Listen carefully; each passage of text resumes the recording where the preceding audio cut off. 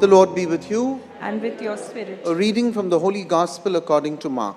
Glory to you, O Lord. King Herod had heard about Jesus, since by now his name was well known.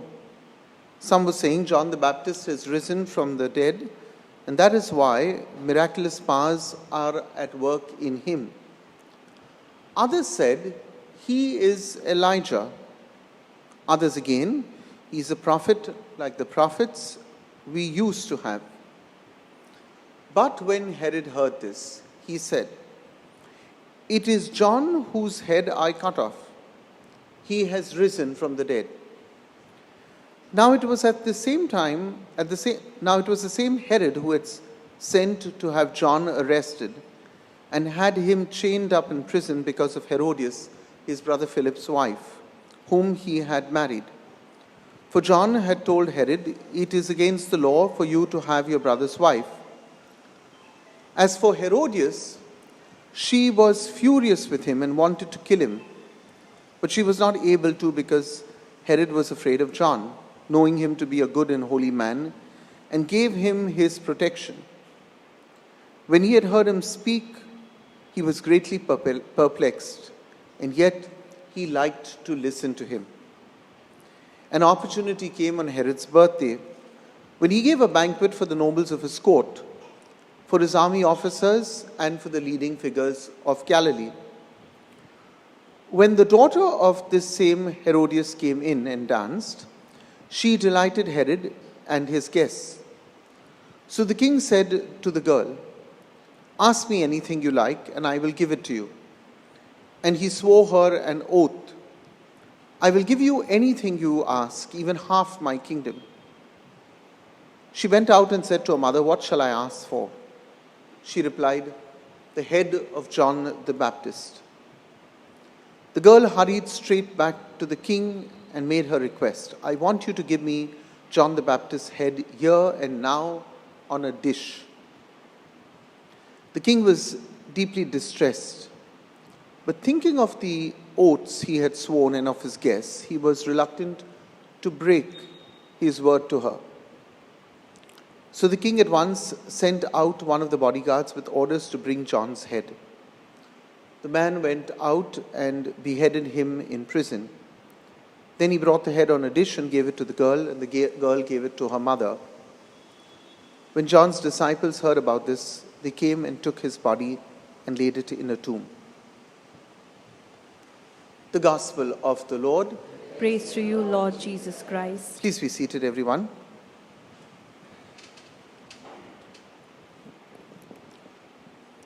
Please open your Bibles, Mark chapter 6, verses 14 to 29. It's a very long passage. And Shrusti hasn't brought her Bible on her birthday. I think you'll be giving me a present, huh? Okay.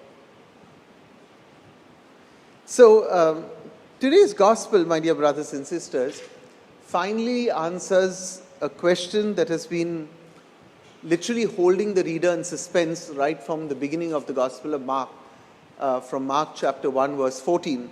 You remember in Mark chapter 1, verse 14, Mark had hinted at the political arrest of John the Baptist.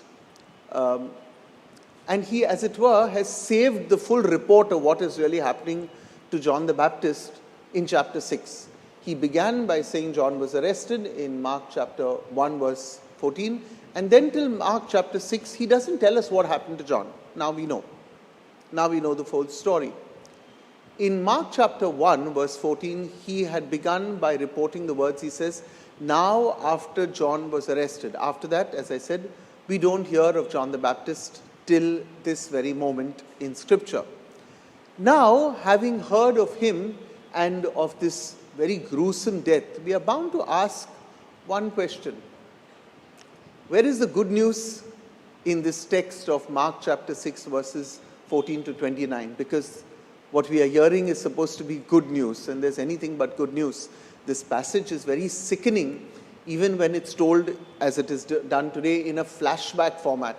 You just feel so sick when you think of the people who played a role in this death, of the greed, of the jealousy, of the inhumanity. it makes you wonder what's wrong with the world and what's wrong with people. Very little has changed in the world. Humanity has remained humanity. So this was certainly a B-day, not a birthday, but a beheading day for John the Baptist. Maybe birthday for the king, but the beheading day for John. So if you look at the text of today, it's very important to understand how Mark puts this text. The text of today is sandwiched between the mission of the 12. You heard it yesterday when I told you Jesus sent his disciples out in chapter 6, verse 6 to 13. And its conclusion, which you'll hear tomorrow in chapter 6, verse 30. So in between the two, the sending out of the apostles and the return of the apostles, you have Mark sandwiches the martyrdom story literally within the mission story. And he does this for a reason. Why? You see, the disciples' mission is quite successful. We will hear this. We hear this also in Mark chapter 6. Mark wants to reassure us, to all of us, that God's work continues unabated even in the face of martyrdom of a great servant like John the Baptist. God's work will not stop. Always remember this. The church has existed for 2020 years. Many people have declared that the Catholic Church will die. We have not. Yeah, I'm very sorry for all their bad predictions. But the church will go on. Why? Because the church belongs to God. It is His. It is His institution, not ours. If it was ours, I think we would have long killed it. But the Holy Spirit really runs this church. Now, Mark's church also needed to hear this, the same message. Why? Because they too, at that point of time when Mark wrote this gospel, were suffering a great persecution. We need to hear it also because we, like God's people, through the ages, are prone to very often interpret difficult times as signs that God is impotent or uncaring. This is how we are. The minute we think God is not hearing our prayer, something's wrong with God. Or God doesn't care for us. That's not true.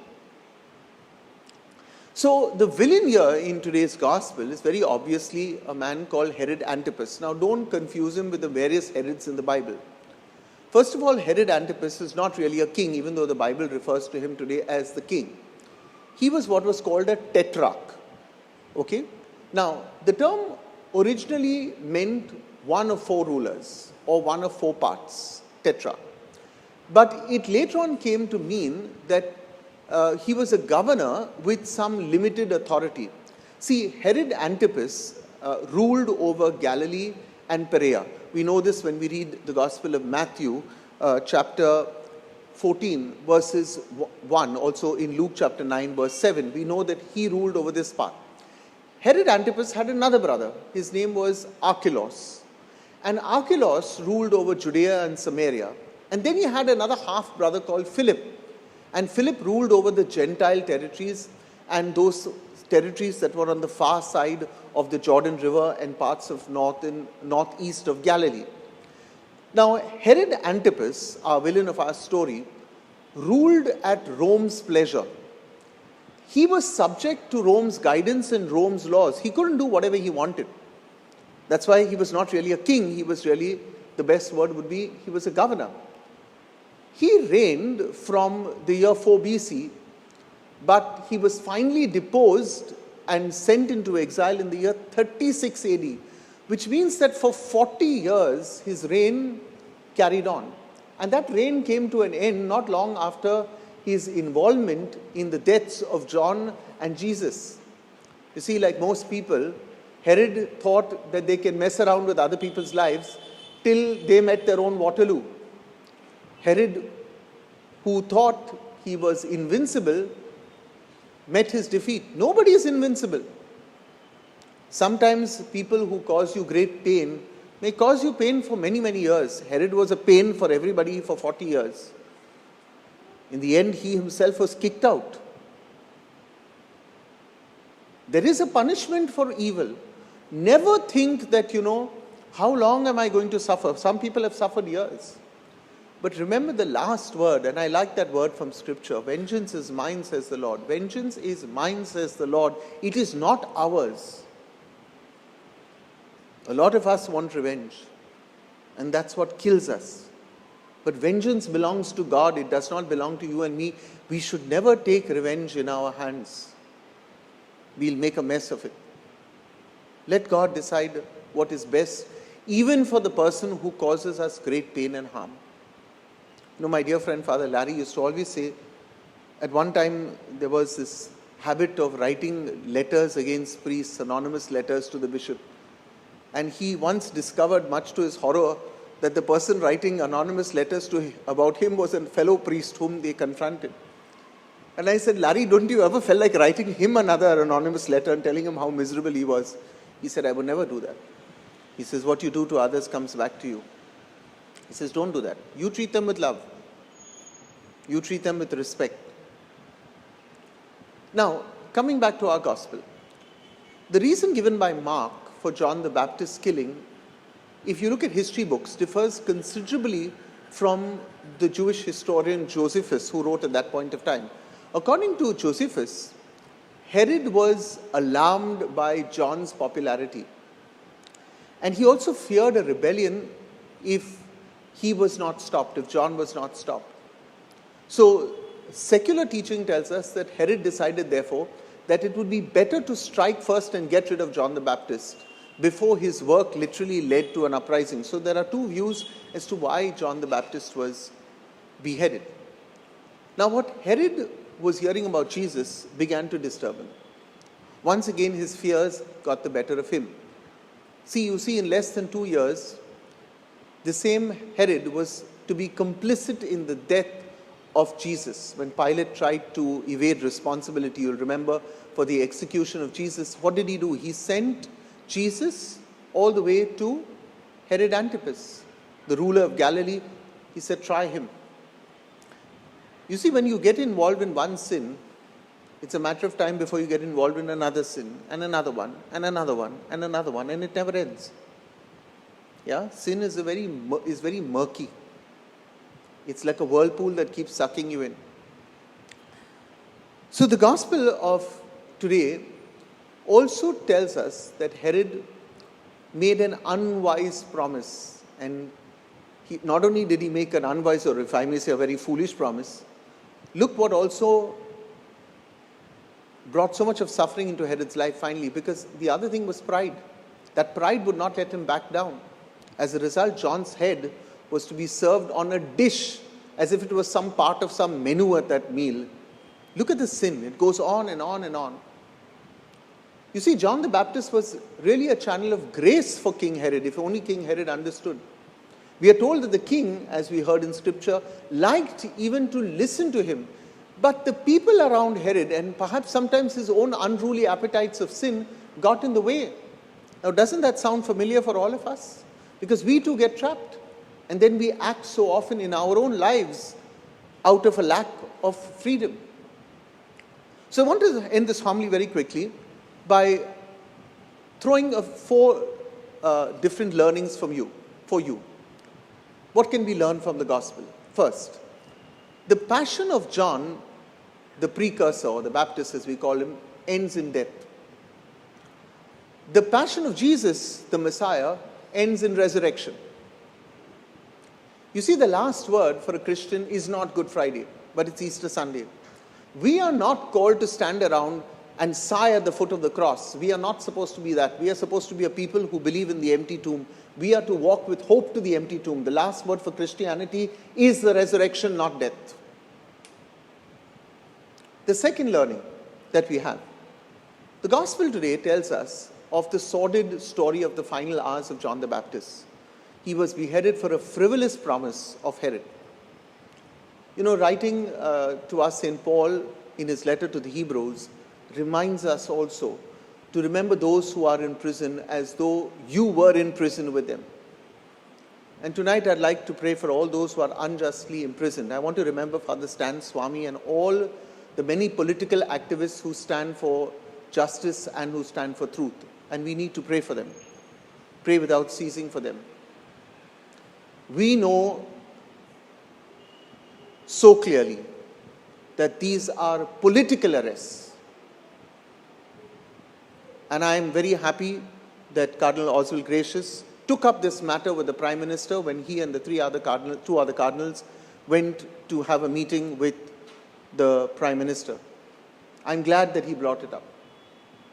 I was told through some other sources what the Prime Minister said, but I know for a fact that Father Stan Swami is a good man, an honest man, a hard-working man who has worked for the poorest of the poor, and it is in the interest of big